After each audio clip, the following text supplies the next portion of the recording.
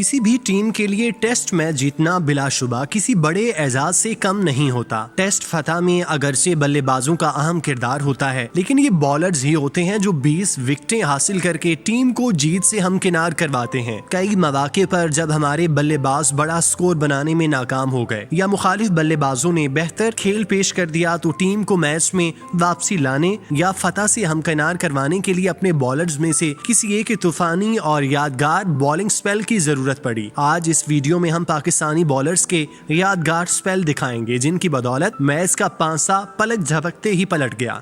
Number 1। In 1954, Pakistan toured England.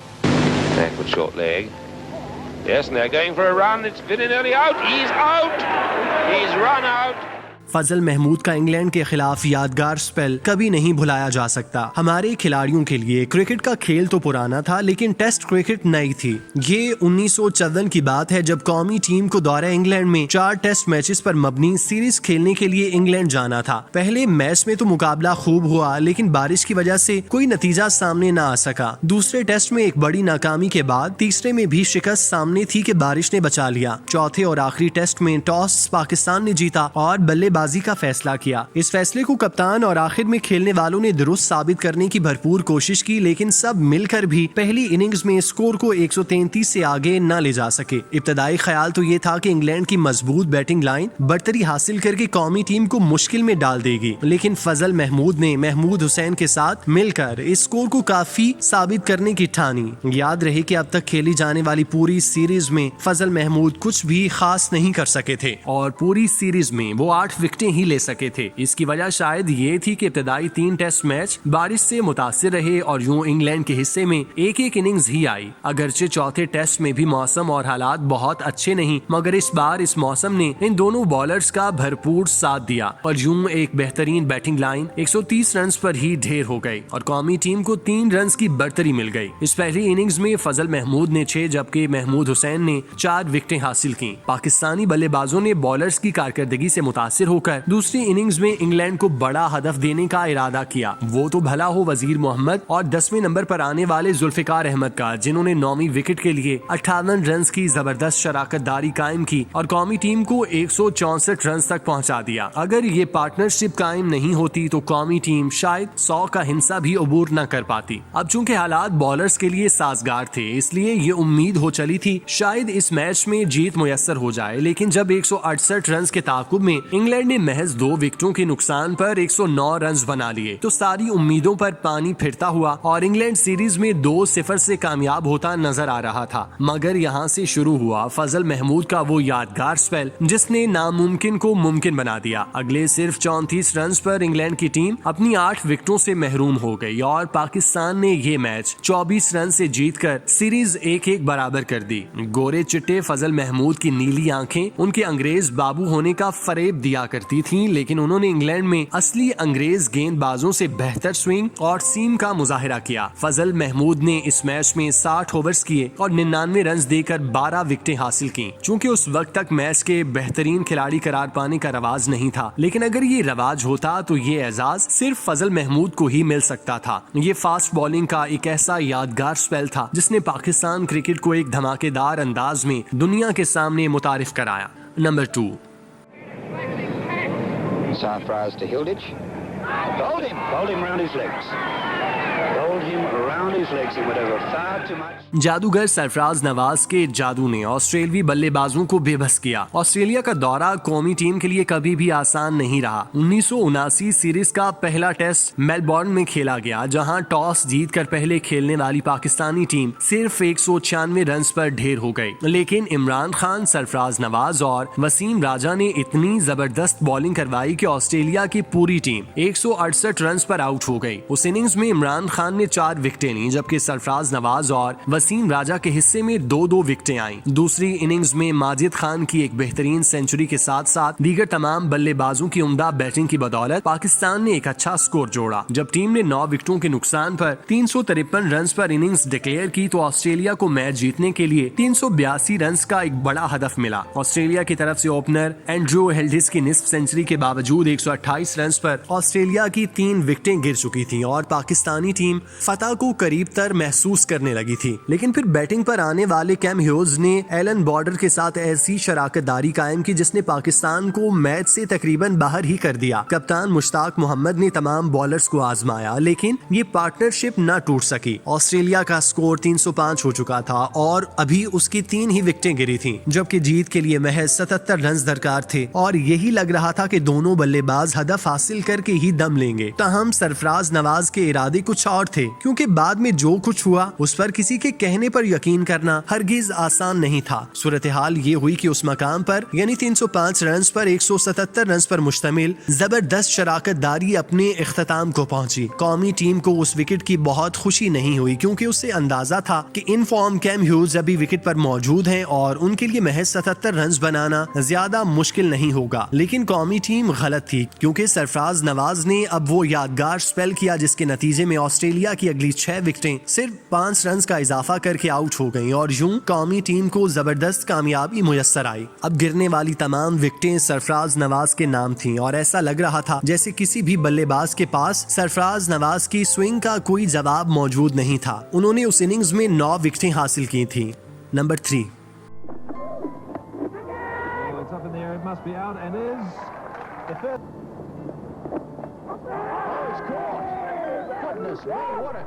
To डब्ल्यूज Wasim अकरम और वकार यूनुस का kiwi बल्लेबाजों पर धावा। पाकिस्तान क्रिकेट को वसीम अकरम और वकार यूनुस जैसी जोड़ी और उनकी एक दूसरे के पीछे छोड़ने की कोशिशों ने कम से कम शुरू के सालों में तो टीम को बहुत फायदा पहुंचाया। वकार यूनुस की टीम में आमद के बाद न्यूजीलैंड के खिलाफ अगर वो विकेटों की दौड़ में आगे रहे तो वेस्टइंडीज के खिलाफ अगली सीरीज में वसीम अकरम आगे दिखाई देने लगे। 1992 के दौरे इंग्लैंड में तो दोनों साथ साथ चलते रहे और सीरीज के इख्तिताम पर दोनों में सिर्फ 1 विकेट का फर्क था। इस मुकाबले का फायदा पाकिस्तान को सीरीज में 2-1 की फतह से हुआ। 1993 के आगाज में कौमी टीम जब एक टेस्ट के लिए न्यूजीलैंड पहुंची तब वसीम अकरम और वकार यूनुस अपने उरूज पर थे। न्यूजीलैंड ने टॉस जीतकर पाकिस्तान को बल्लेबाजी की दावत दी तो कप्तान जावेद मियांदाद के अलावा कोई भी विकेट पर टिक न सका और पूरी टीम 216 रन पर ढेर हो गई। उस इनिंग्स में कप्तान मियांदाद ने 92 रन बनाए और नर्वस 90s का शिकार हो गए। जवाब में न्यूजीलैंड ने मार्क ग्रेट बेस की सेंचुरी की बदौलत पहली इनिंग्स में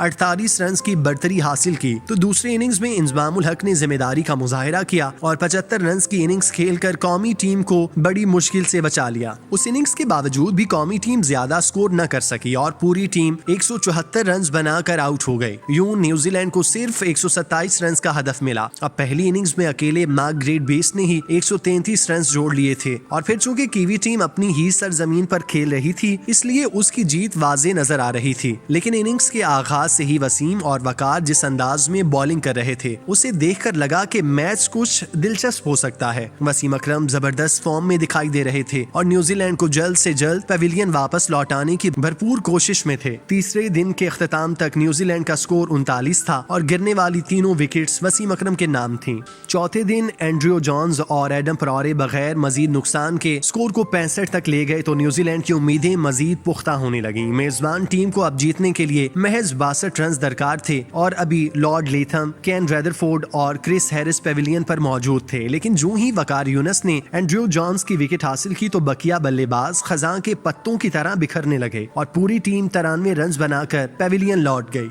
यूं कौमी टीम उस मैच में 33 रन से फतहयाब हुई। वसीम अकरम और वकार यूनुस दोनों ने उस इनिंग्स में 5-5 विकेटें हासिल की। वकार यूनुस ने मैच में 9 विकेटें जरूर हासिल की, लेकिन ज्यूरी के ख्याल में वसीम अकरम की हासिल करदा 8 विकेटें ज्यादा अहम थीं। यूं उन्हें मैन ऑफ द मैच के खिताब से नवाजा गया। Number 4। You have to appreciate it, and that's what Sachin Tendulkar provided there. Saqlain Mushtaq के दूसरे ने सचिन तेंदुलकर को पवेलियन भेजा। पाकिस्तान और भारत के दरमियान एक रोजा क्रिकेट का मेला तो सजता रहता है, लेकिन 9 साल बाद दोनों टीमों के दरमियान कोई टेस्ट मैच हो रहा था। 1999 में चेन्नई के मैदान में खेले जाने वाले इस मैच में पाकिस्तानी कप्तान वसीम अकरम ने टॉस जीतकर पहले बल्लेबाजी का फैसला किया तो ये वाज़ेह हो गया कि पिच में बॉलर्स के लिए काफी मदद मौजूद है। कौमी टीम इब्तदा में बहुत मुश्किल में दिखाई दी, लेकिन फिर मोहम्मद यूसुफ और मोइन खान के निस्फ सेंचुरियों के साथ साथ वसीम अकरम के 38 रन ने कौमी टीम को सहारा दिया और यूं अनिल कुंबले की 6 विकेटों के बावजूद पाकिस्तान 238 रन तक पहुंच गया। भारत की पहली इनिंग्स का आगाज पाकिस्तान के मुकाबले में बहुत बेहतर था, लेकिन 67 रन की पहली विकेट गिरने के बाद विकेटें गिरने का जैसे एक सिलसिला शुरू हो गया हो और भारत को सिर्फ 16 रन की बढ़तरी हासिल हो सकी। सकलैन मुश्ताक ने उस इनिंग्स में 5 विकेटें हासिल की, जबकि शाहिद आफरीदी ने 3 खिलाड़ियों को आउट किया। दूसरी इनिंग्स में अगरचे सईद अनवर और एजाज अहमद तो जल्दी विकेटें गंवा बैठे, लेकिन शाहिद आफरीदी ने इंजमामुल हक और सलीम मलिक के साथ बेहतरीन शराकतदारी कायम की और स्कोर को 4 विकेटों के नुकसान पर 275 रन तक पहुंचा दिया था। ये वो वक्त था जब लग रहा था कि पाकिस्तान एक बड़ी लीड हासिल कर लेगा। ताहम जैसे ही सुनील जोशी ने सलीम मलिक की विकेट ली तो परदास ने बाकी टीम को 11 रन के अंदर पेविलियन लौटाकर पाकिस्तान की बढ़तरी को 270 तक महदूद कर दिया। उस इनिंग्स की खास बात शाहिद आफरीदी की जबरदस्त इनिंग्स थी, जिन्होंने 3 छक्कों और 21 चौकों की मदद से शानदार 141 रन बनाए।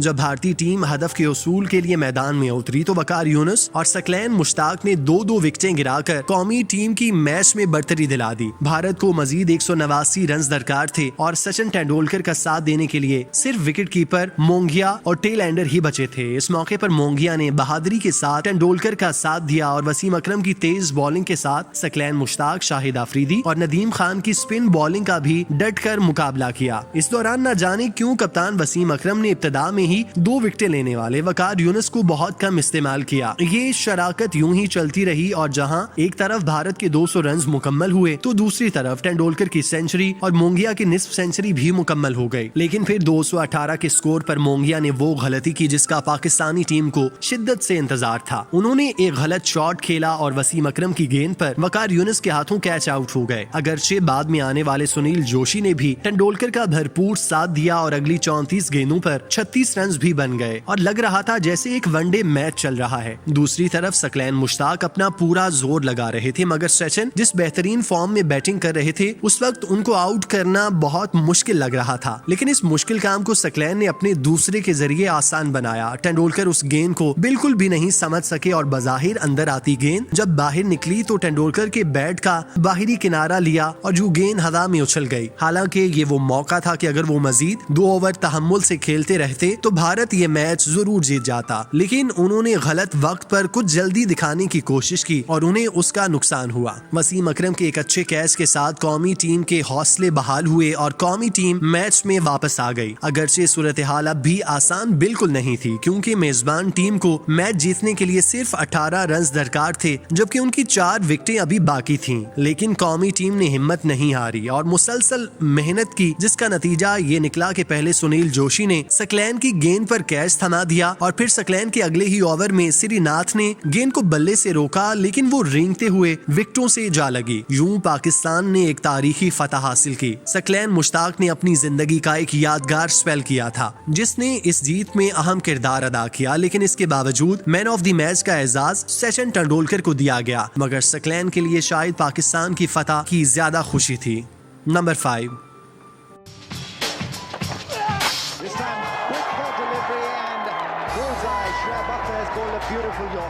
वो यादगार स्पेल जिसकी बदौलत शोएब अख्तर ने नामुमकिन को मुमकिन बना दिया। शोएब अख्तर हमेशा से ही एक ऐसे बॉलर रहे जो कुछ ही गेंदों में मैच का पांसा पलटने की पूरी सलाहियत रखते थे। जनूबी अफ्रीका के खिलाफ शारजा वनडे और भारत के खिलाफ कलकत्ता टेस्ट उनकी बेहतरीन मिसालें हैं। न्यूजीलैंड की टीम को काफी हद तक शोएब अख्तर की फेवरेट ऑपोजिशन कहा जा सकता है। 1999 के वर्ल्ड कप का मैच हो या 2002 में लाहौर टेस्ट, शोएब अख्तर ने न्यूजीलैंड की बैटिंग को ऐसे तबाह किया कि सर उठाने का मौका भी नहीं मिला। 2003 में किया जाने वाला ये स्पेल इस लिहाज से मुख्तलिफ कहा जा सकता है कि इस टेस्ट में पाकिस्तानी टीम दीवार से लग चुकी थी। पहली इनिंग्स में न्यूजीलैंड 170 रन की बढ़तरी हासिल कर चुका था। उस इनिंग्स में भी शोएब अख्तर ने अगरचे 5 विकेटें हासिल की, लेकिन जैकब ऑरम ने 8वें नंबर पर आकर 97 रन की जबरदस्त इनिंग्स खेलकर न्यूजीलैंड को 366 तक पहुंचा दिया था। जवाब में मोहम्मद यूसुफ की कारकर्दगी के सिवा कोई भी पाकिस्तानी बल्लेबाज की कारकर्दगी काबिले जिक्र नहीं रही। यूसुफ ने उस इनिंग्स में 60 रन बनाए और यूं पूरी टीम महज 196 रन ही बना सकी। न्यूजीलैंड ने 170 रन के साथ जब दूसरी इनिंग्स का आगाज किया तो उसकी पोजीशन बहुत मजबूत थी, बल्कि इस मौके पर तो उसकी जीत यकीनी ही लग रही थी। शुएब अख्तर ने अगरचे ओपनर को शुरू में ही आउट कर दिया, मगर इसके बावजूद 3 दिन के इख्तिताम तक न्यूजीलैंड ने 2 विकेटों के नुकसान पर 73 रन बना लिए थे और मजमूई तौर पर 243 रन की बढ़तरी भी हासिल थी। लेकिन चौथा दिन तो न्यूजीलैंड के लिए बहुत सारी बुरी खबरें लेकर तुलू हुआ था, क्योंकि अगले 30 रन पर न्यूजीलैंड के बकिया 8 खिलाड़ी आउट हो गए और यूं पूरी की पूरी टीम 103 रन पर ढेर हो गई। उस इनिंग्स की खास बात शुएब अख्तर की तबाहकुन बॉलिंग थी, जिन्होंने महज 30 रन देकर 6 खिलाड़ियों का शिकार किया। अब कौमी टीम को 274 रन का हदफ मिला था। पहली इनिंग्स की कारकर्दगी को देखकर इसका हुसूल मुश्किल लग रहा था, लेकिन उस इनिंग्स में ऐसा लगा जैसे पाकिस्तानी बल्लेबाजों ने ये सोच लिया था कि वो शुएब अख्तर की मेहनत को जाया नहीं होने देंगे। यासिर हमीद, मोहम्मद यूसुफ और इंजमामुल हक की निस्फ सेंचुरियों की मदद से कौमी टीम ने एक मुश्किल हदफ आसानी से हासिल कर लिया। शुएब अख्तर ने उस मैच में 11 विकेटें हासिल की और कारकर्दगी की वजह से उन्हें मैच का बेहतरीन खिलाड़ी करार दिया गया। पाकिस्तान क्रिकेट में ऐसे यादगार स्पेल्स की दीगर मुतादिद मिसालें भी मौजूद हैं, मगर मज़कूरा बाला स्पेल इस लिहाज से बेहतर लगे क्योंकि उनकी बदौलत वो मैच जीते गए जिनमें हार गले को आन पहुंची थी।